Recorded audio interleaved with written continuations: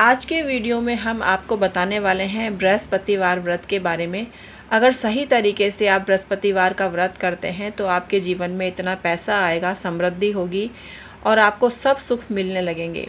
तो आइए, मेरे चैनल डॉक्टर उमाश्री में आपका स्वागत है। आज विशेष जानकारी देने जा रही हूँ। बृहस्पतिवार की व्रत कथा भी आपको बताऊँगी संक्षेप में, और इसके प्रभाव भी बताऊँगी, और बृहस्पतिवार को ऐसा क्या करें जो बृहस्पतिवार आपका शुभ बन जाए और उसकी वजह से आपको मान सम्मान, पद प्रतिष्ठा और दाम्पत्य सुख भी मिल जाए।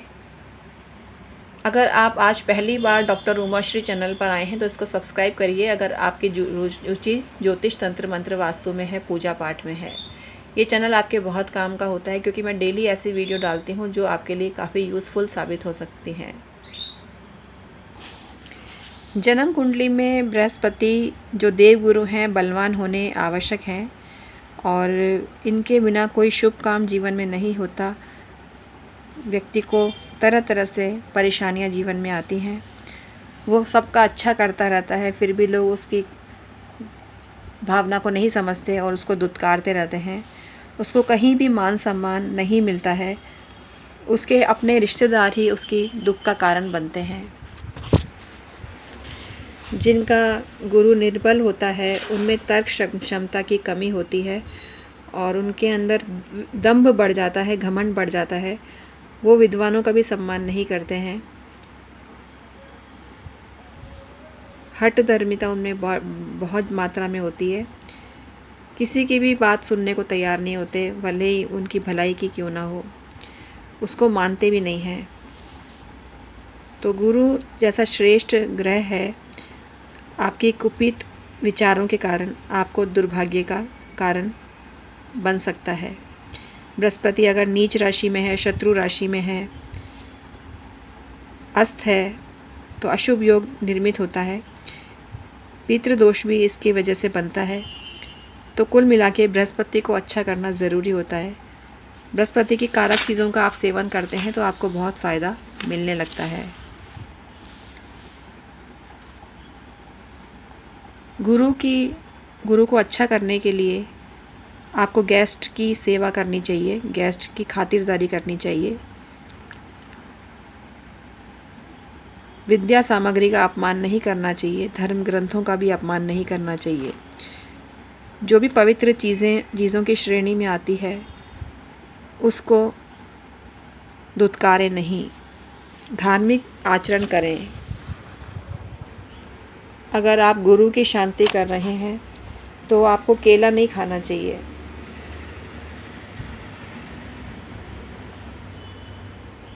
हल्दी का सेवन आपको करना चाहिए। हल्दी का तिलक आपके लिए शुभ होता है। हल्दी का किसी भी रूप में आप प्रयोग करते हैं तो आपका बृहस्पति अच्छा होता है। नमक सीमित मात्रा में खाएं, इससे आपको गुरु के अनिष्टकारी परिणाम भुगतने पड़ सकते हैं। आपका सूर्य भी मंदा पड़ सकता है।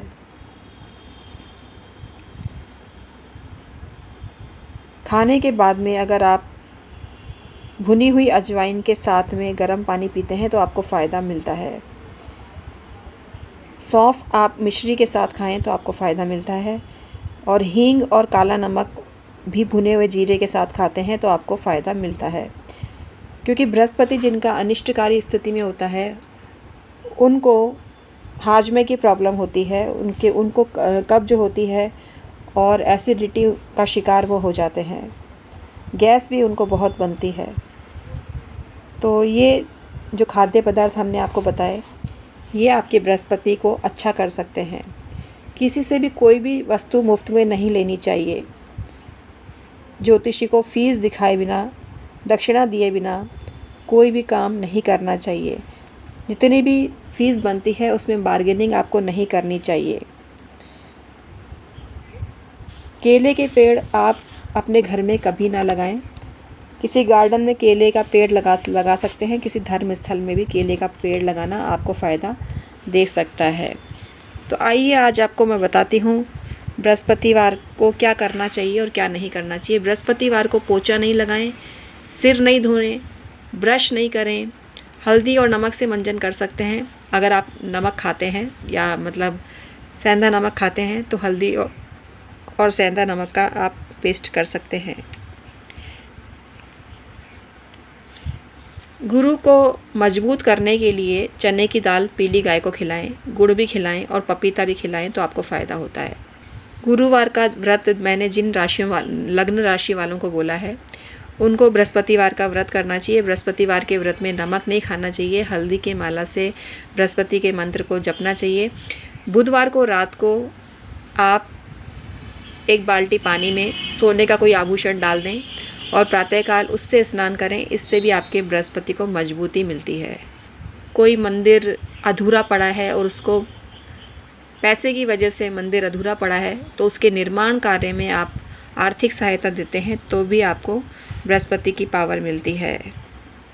धार्मिक स्थलों पर श्रमदान करने यानी जैसे झाड़ू लगाना या कुछ अन्य काम करने से भी आपको बृहस्पति की अच्छी वाइब्रेशन मिलती है। उगते हुए सूरज पर हल्दी युक्त अर्घ्य जल से अर्घ्य देते हैं तो आपको बृहस्पति की अच्छी शक्ति मिलती है। कभी भी किसी की बुराई नहीं करनी चाहिए, विशेष रूप से विद्वानों की या धार्मिक स्थल के पुजारियों की या ब्राह्मणों की या आदरणीय लोगों की कभी भी बुराई ना करें, इससे आपको हानि हो सकती है। क्षमाशील और उदार बने। अपने विचार कभी भी दूसरों पर नहीं लादें, इससे आपको बृहस्पति की सत्ता मजबूती के साथ मिलेगी और मुफ्त में मिलेगी। गैस की बीमारी या गैस एक बीमारी नहीं है, लेकिन गैस अक्सर ऐसे लोगों को होती है जिनका बृहस्पति गड़बड़ होता है। तो आपको रात को नाभि में हींग रख के सोना चाहिए, इससे आपको फ़ायदा मिलता है। आप अजवाइन की फाँकी भी लेते हैं गर्म पानी से तो भी आपको फ़ायदा मिलता है। इससे आपके सुख में वृद्धि होती है और आपको सब तरह के सुख मिलने लगते हैं। अब हम आपको बताने वाले हैं बृहस्पतिवार व्रत कथा के बारे में। बृहस्पतिवार का व्रत कैसे करें और कब करें। तो बृहस्पतिवार का कोई भी व्रत आप करते हैं तो शुक्ल पक्ष में अपने चंद्रबल अवश्य देख लीजिए। जिस दिन आपका चंद्रमा पहला हो, तीसरा हो, छठा हो, 7वां हो और 11वां हो, उस दिन आप व्रत कर सकते हैं। चंद्रमा की चौथी स्थिति हो, 8वीं स्थिति हो और 12वीं स्थिति हो, उस दिन आपको व्रत नहीं करना चाहिए।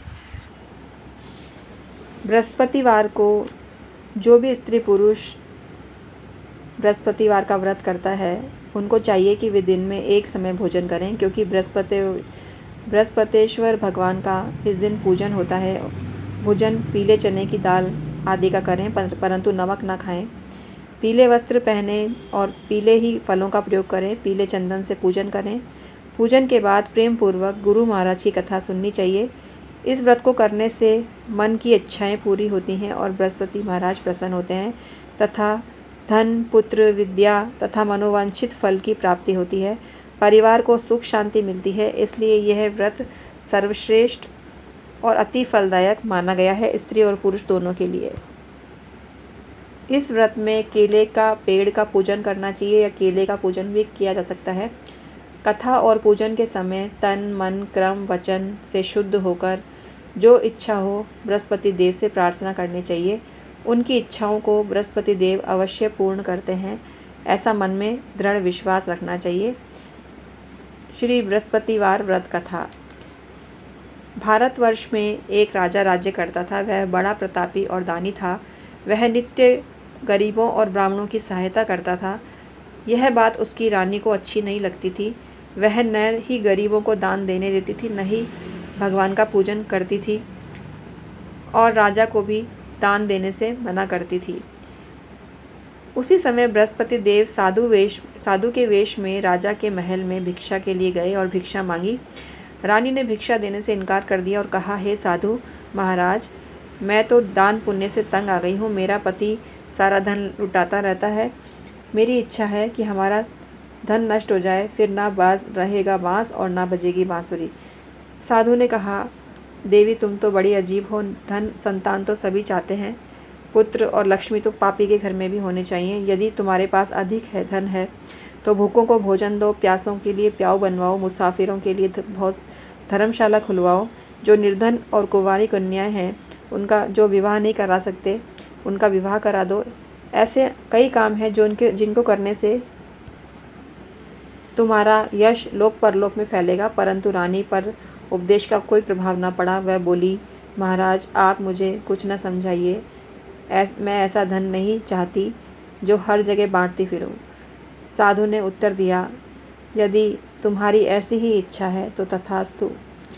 तुम ऐसा करना कि बृहस्पतिवार को घर लीपकर पीली मिट्टी से अपना सिर धोकर स्नान करना, भट्टी चढ़ाकर कपड़े धोना, और ऐसा करने से आपका सारा धन नष्ट हो जाएगा। इतना कहकर साधु महाराज वहाँ से अदृश्य हो गए। जैसे वह साधु कह कर गया था, रानी ने वैसा ही किया। 6 बृहस्पतिवार में ही उनका समस्त धन नष्ट हो गया और भोजन के लिए दोनों तरसने लगे, सांसारिक भोगों से दुखी रहने लगे। तब वह राजा रानी से कहने लगा कि तुम यहाँ रहो, मैं दूसरे देश जाता हूँ, क्योंकि यहाँ मुझे सभी मनुष्य जानते हैं, इसलिए कोई ऐसा कार्य नहीं कर सकता। देश चोरी परदेश भीख बराबर है। ऐसा कहकर राजा परदेश चला गया। वहाँ जंगल को जाकर लकड़ी काटता और शहर में बेचता। इस तरह दिन व्यतीत करने लगा। एक दिन दुखी होकर जंगल में एक पेड़ के नीचे निश्चित रूप से आसन जमाकर बैठ गया। वह अपनी दशा को याद करके व्याकुल होने लगा। बृहस्पतिवार का दिन था। एकाएक उसने देखा कि निर्जन वन में एक साधु प्रकट हुआ। वह साधु वेश में स्वयं बृहस्पति देवता थे। लकड़हारे के सामने आकर बोले, हे लकड़हारे, इतने सुनसान जंगल में तू किस चिंता में मग्न बैठा है। लकड़हारे ने दोनों हाथ जोड़कर प्रणाम किया और उत्तर दिया, महात्मा जी, आप सभी कुछ जानते हैं, मैं क्या कहूँ। ये कहकर वह रोने लगा और साधु को अपनी आत्मकथा सुनाई। महात्मा जी ने कहा, तुम्हारी स्त्री ने बृहस्पति के दिन वीर भगवान का निरादर किया है, वीरता भगवान का निरादर किया है, जिसके कारण रुष्ट होकर तुम्हारी ये दशा हो गई है। अब तुम चिंता को दूर करके मेरे कहने पर चलो तो तुम्हारे सारे कष्ट दूर हो जाएंगे और भगवान पहले से अधिक संपत्ति देंगे। तुम बृहस्पति के दिन पाठ किया करो। 5 रुपए के चने मुनक्का मंगवाकर उनका प्रसाद बनाओ और शुद्ध जल के लोटे में शक्कर मिलाकर अमृत तैयार करो। कथा के पश्चात अपने सारे परिवार और सुनने वाले प्रेमियों में अमृत व प्रसाद बांटकर आप भी ग्रहण करो। ऐसा करने से भगवान तुम्हारी समस्त मनोकामनाएं पूरी कर देंगे। साधु के ऐसे वचन सुनकर लकड़हारा बोला, हे प्रभु, मुझे लकड़ी बेचकर इतना पैसा नहीं मिलता जिससे भोजन करने के उपरांत कुछ बचा सकूं। मैंने रात्रि में अपनी स्त्री को व्याकुल देखा है। मेरे पास कुछ भी नहीं है उसकी खबर मंगा सकूं। साधु ने कहा, हे लकड़हारे, तुम किसी बात की चिंता ना करो। बृहस्पति के दिन तुम रोजाना की तरह लकड़ियाँ लेकर शहर को जाओ। तुमको रोज़ से दुगना धन प्राप्त होगा, जिससे तुम भली भांति भोजन कर लोगे तथा बृहस्पति देव की पूजा का सामान भी आ जाएगा। इतना कहकर साधु अंतर्ध्यान हो गए। धीरे धीरे समय व्यतीत होने लगा, पर फिर वही बृहस्पतिवार का दिन आया। लकड़हारा जंगल से लकड़ी काटकर किसी शहर में बेचने गया। उसे तब उस दिन और दिन से अधिक पैसा मिला। राजा ने चना गुड़ लाकर गुरुवार का व्रत किया। उस दिन से उसके सभी क्लेश दूर हुए, परंतु जब दोबारा गुरुवार का दिन आया तो बृहस्पति का व्रत करना भूल गया। इस कारण बृहस्पति भगवान नाराज हो गए। उस दिन से उस नगर के राजा ने विशाल यज्ञ का आयोजन किया तथा शहर में ये घोषणा करा दी कि कोई भी मनुष्य अपने घर में भोजन ना बनावे, ना आग जलावे। समस्त जनता मेरे यहाँ भोजन करने आवे। इस आज्ञा को जो ना मानेगा उसके लिए फांसी की सज़ा दी जाएगी। इस तरह की घोषणा संपूर्ण नगर में करवा दी गई। राजा की आज्ञा अनुसार शहर के सभी लोग भोजन करने आए, लेकिन लकड़हारा कुछ देर से पहुंचा, इसलिए राजा उसको अपने साथ घर लिवा ले गए और ले जाकर भोजन करा रहे थे तो रानी की दृष्टि उस खूंटी पर पड़ी जिस पर उसका हार लटका हुआ था। वह वहाँ पर दिखाई न दिया। रानी ने निश्चय किया कि मेरा हार इस मनुष्य ने चुरा लिया है। उस समय पुलिस को बुलाकर उसको जेल खाने डलवा दिया गया। तब लकड़हारा जेल खाने में पड़ गया और बहुत दुखी होकर विचार करने लगा कि न जाने कौन से पूर्व जन्म के कर्म मेरे लिए दुख प्राप्त हुआ है। और उसी साधु को याद करने लगा जो कि जंगल में मिला था। उसी समय तत्काल बृहस्पति देव साधु के रूप में प्रकट हुए और उसकी दशा को देखकर कहने लगे, अरे मूर्ख, तूने बृहस्पति देव की कथा नहीं करी, इस कारण तुझे दुख प्राप्त हुआ है। अब चिंता मत कर, बृहस्पतिवार के दिन जेल खाने की दरवाजे पर 4 पैसे पड़े मिलेंगे। उनसे तू बृहस्पति देव का पूजा करना, तेरे सारे कष्ट दूर हो जाएंगे। बृहस्पति के रोज़ उसे 4 पैसे मिले। लकड़हारे ने कथा कही। उसी रात्रि को बृहस्पति देव ने उस नगर के राजा को स्वप्न में कहा कि हे राजा, तुमने जिस आदमी को जेल खाने में बंद कर रखा है वह राजा है, उसे छोड़ दो। रानी का हार उसी खूंटे पे लटका पड़ा है। अगर तूने ऐसा नहीं किया कि तो मैं तेरे राज्य को नष्ट कर दूंगा। इसी तरह से रात्रि के स्वप्न में देखकर राजा प्रातःकाल उठा और खूंटी पर हार देखकर लकड़हारे को बुलाकर क्षमा मांगी और लकड़हारे को योग्य सुंदर वस्त्र और आभूषण देकर विदा किया। बृहस्पति देव की आज्ञा अनुसार लकड़हारा अपने नगर को चल दिया। ये बृहस्पति देव का प्रभाव ही था जिससे बहुत सारा धन राजा को प्राप्त हुआ। तो इस प्रकार बृहस्पतिवार का व्रत सब मनोकामनाओं को पूर्ण करता है। जो भी बृहस्पतिवार की कथा करता है, सुनता है, बृहस्पति देव उसकी सब मनोकामना पूर्ण करते हैं। भगवान बृहस्पति देव उसकी सदैव रक्षा करते हैं।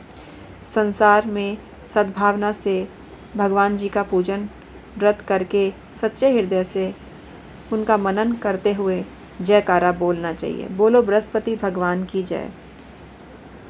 बृहस्पतिवार को पीले कपड़े पहनने चाहिए, जिन खास लग्नों के लिए मैंने बताया। और बृहस्पतिवार के दिन हल्दी की पूजा करनी चाहिए। हल्दी की पूजा से मतलब है चावल हल्दी से रंगकर केले के पेड़ पे अर्पित करने चाहिए। चने की दाल में भी हल्दी छिड़क कर गाय माता को खिलानी चाहिए। स्वयं भी बृहस्पतिवार को पीला तिलक करें, पीले वस्त्र पहने, हल्दी की माला से पूजन करें। हल्दी की माला से बृहस्पति के मंत्र जाप करें, जो इस प्रकार है। ओम ब्रीम बृहस्पते नमः, ओम ग्राम ग्रीम ग्रौम सह गुरुवे नमः। गुरु गायत्री इस प्रकार है। ओम अंगिरो जाताय विद्महे वाचस्पतये धीमहि तन्नो गुरु प्रचोदयात्। बृहस्पतिवार के दिन सिर नहीं धोना चाहिए। अगर आपको सिर धोना ही पड़े तो कंटिन्यूशन में 5 बृहस्पतिवार त्यागें। 1-2 बृहस्पतिवार को वंस इन ए वाइल चल जाता है, लेकिन 5 बृहस्पतिवार आपके कंटिन्यू आप सिर धोते हैं तो गरीबी आती है। वॉशिंग मशीन का प्रयोग भी नहीं करना चाहिए। कुल मिला के वस्त्र धोने नहीं चाहिए।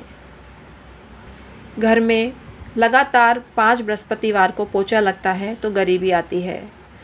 मतलब कोई भी काम आप गुरुवार को जो निषेध होते हैं वो कंटिन्यू 5 बृहस्पतिवार को आप करते हैं तो आपको दुर्दिन देखने पड़ सकते हैं। तो आज का वीडियो आपको कैसा लगा मुझे कमेंट करके अवश्य ही बताना। और अगर आज का वीडियो आपको पसंद आया है तो मेरे चैनल डॉक्टर उमाश्री को सब्सक्राइब करिए, बेल बटन दबाइए और ऑल पर क्लिक करना। ऑल पर क्लिक करोगे ना तभी नोटिफिकेशन के ज़रिए मेरे वीडियो आपको मिल सकेंगे। मैं डेली वीडियो डालती हूँ जो आपको फ़ायदा पहुँचा सकते हैं। Thank you so much.